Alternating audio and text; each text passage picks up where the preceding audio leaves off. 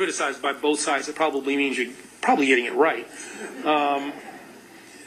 We spend more time talking about what do you call it, as opposed to what do you do about it.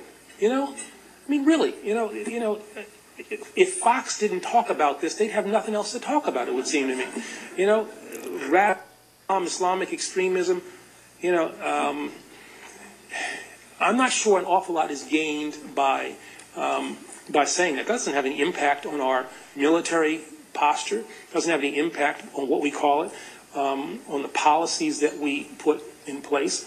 What we have to do is defined not by the terms that we use, but by the facts on the ground.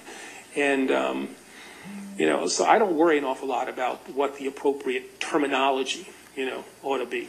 And I think people need to actually think about that and think about, really, are we having this conversation about words as opposed to what our actions ought to be? This is a difficult problem. This is going to be an ongoing issue. This is something that requires us to think as a nation. How are we going to deal with the domestic issues that I was describing in my previous response, and how are we going to deal with the foreign policy consequences of some very, very serious problems that our allies face and that we face, in particular in a particular part of the world. But the terminology has, it seems to me, little or no impact on what ultimately we have to do.